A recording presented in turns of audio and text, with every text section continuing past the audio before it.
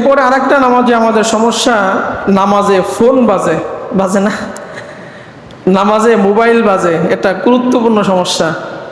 এখন আমরা কেমনে বন্ধ করতাম, কেমনে কি করতাম, এইটা আমাদের জানা দরকার আছে না? অধিকাংশ নামাজে ফোন বাজে, বিশেষ করে যারা যুবক ভাইয়ের, ওদের দেখবেন মোবাইলে গান রিংটোন দেওয়া, গান বাজে, বাজে না? সবার নামাজগুলো সে, অথচ নামাজ একাগ্রতার সাথে, এক চিন্তা নিয়ে স্থিরতার সাথে নামাজ আদায় করতে হবে। ওইটার দিকে সবার নামাজ ভোলাই গেল, মন মানসিকতা ওই দিকে চলে গেল। এই জন্য উচিত হচ্ছে যখন আমি মসজিদে আসি মোবাইল সাইলেন্ট করে রাখবো, ভাইব্রেশন না, সাইলেন্ট করে রাখবো, যাতে বাজলেও মানে কল আসলেও টের না পাওয়া যায়, কেউ না বোঝে, আপনিও না। কারণ ভাইব্রেশন যদি হয় আপনি তো বুঝবেন, তখন মনোযোগ ওই দিকে চলে যাবে। নামাজের ক্ষেত্রে মনোযোগ, আপনি ধরেন পকেটে ভাইব্রেশন হচ্ছে, নামাজ ওই দিক যাবে না, পাশের লোকেরও মনোযোগ ওই দিকে চলে যায়। এই জন্য সাইলেন্ট করবেন। আর সর্বোত্তম উপায় হচ্ছে বন্ধ করে রাখা। নামাজের সময় কি করা, মোবাইল এখন মনে নাই, মানে সমস্যাটা এরকম হয়, মসজিদে যখন নামাজে দাঁড়ায় তখন শয়তান বলে এখন কল দে। দেখবেন খেয়াল করে, যেদিন মোবাইল বন্ধ করবেন না, সাইলেন্ট করবেন না, ওই দিন কল বেশি আসে। খেয়াল করে দেখেন, এই দিন সমস্যাটা বেশি হয় এরকম। এটা শয়তান এইগুলো করায়। শয়তানের কাজ কি, নামাজ থেকে মানুষকে মনোযোগ ফিরাই দেওয়া, এটা হচ্ছে শয়তানের কাজ। শয়তান এইগুলো মানুষকে দিয়ে করায়। আর ওই দিন সাইলেন্ট করতে বলে গেছেন, বন্ধ করতে বলে গেছেন। এখন ইতিমধ্যে ধরেন ফোন চলে আসছে, ফোন বাজতেছে, আপনি এখন কি করবেন, আপনি এক হাত দিয়া 3 তাসবিহ, যেমন সুবহান রব্বিয়াল আলা, এই 3 তাসবিহ পড়তে যতটুকুন সময় লাগে, এতটুকুন সময়ের আগে এক হাত দিয়ে যদি বন্ধ করার আপনার ক্যাপাসিটি থাকে, বন্ধ করবেন। যদি 3 তাসবিহর পরিমাণ অধিক সময় লাগে, নামাজ ভেঙে যাবে। সুযোগ পাবেন একবার, বারবার আপনি বন্ধ করছেন, বারবার কল আসছে, বারবার বন্ধ করতেছেন, তাহলে আমলে কাসির হওয়ার কারণে নামাজ ভেঙে যাবে। এরপরে বের করে আপনি দেখবেন না, যদি দেখেন নামাজ ভেঙে যাবে। আপনি না দেখা অবস্থায় বন্ধ করতে হবে, ওই অবস্থায়। আর যদি দেখেন কে কল দিছে, একটু দেখি হাত দিয়া, তাহলে নামাজ কে যাবে, ভেঙে যাবে। এই ব্যাপারে আমরা যারা মোবাইল ইউজ করি, এই ব্যাপারে আমাদের খুব সতর্ক থাকতে হবে। এরপরে নামাজে আর একটা সমস্যা আমরা করি, নামাজে শুধু চুলকায়, আছে না, নামাজ পড়তে এসে শুধু চুলকায়।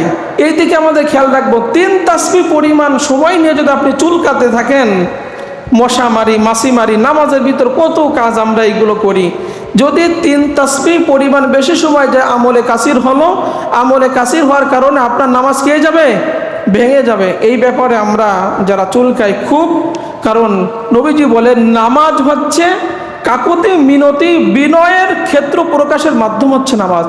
অতএব সেখানে খুব স্থিরতা, বিনয়ের সাথে, একাগ্রতার সাথে আপনার এই নামাজটা আদায় করতে হবে।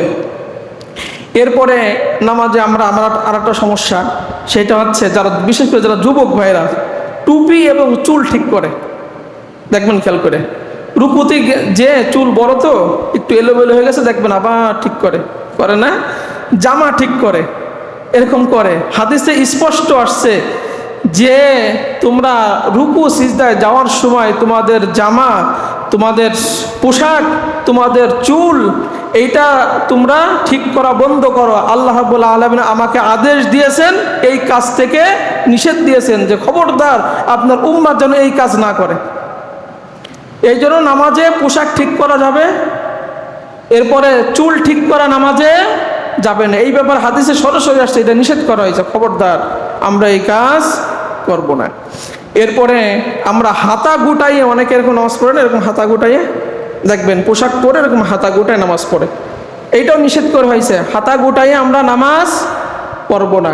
হাতা গুটাইয়ে যদি আপনি নামাজ পড়েন, শরীরে আলাদা একটা অন্য ভাব আসে, মানে বিনয় আসে না। এই জন্য হাতা গুটাইয়ে আমরা নামাজ পড়ব না। এই যে আমরা যারা ধরেন গেঞ্জি গাইতে নামাজ পড়ি, যদিও এইটা আমাদের ঠিক না। কারণ আপনি যদি মনে করেন ভালো কোনো জায়গায় বেড়াতে যান, ভালো কোনো মজলিসে যান, আপনি সাধারণভাবে এভাবে যেতে পারেন, তা আপনি আল্লাহর দরবারে দাঁড়াবেন ভালো পোশাক, সুন্দর পোশাক গায়ে দিয়ে, আপনি সুন্নাত মোতাবেক আপনি নামাজে দাঁড়াবেন, এইটা হচ্ছে উত্তম। এরপরে সিজদার সময় অনেকে দেখবেন ময়লা থাকলে ফু দেয় না, হাদিসে আসছে আপনি সিজদার জায়গা যদি সিজদা দিতে কষ্ট হয়, তাহলে আপনি যদি পাথর কণা থাকে ওইটা আপনি সরে ফেলতে পারেন, তবে বারবার না। আপনি ধরেন একবার ফু দিয়ে সরালেন, কিন্তু বারবার যদি দেন আমলে কাসির হওয়ার কারণে ওইটা নামাজ ভেঙে যাবে। এজন্য অনুমতি এসে একবার যদি কঙ্কর সিজদা দিতে কষ্ট হয়, সেটা আপনি কি করতে পারেন, এক হাত দিয়ে সরাতে পারেন, কিন্তু বারবার এটা করা যাবে না। এই ব্যাপারে সতর্ক থাকতে হবে। আরেকটা আমরা নামাজে ভুল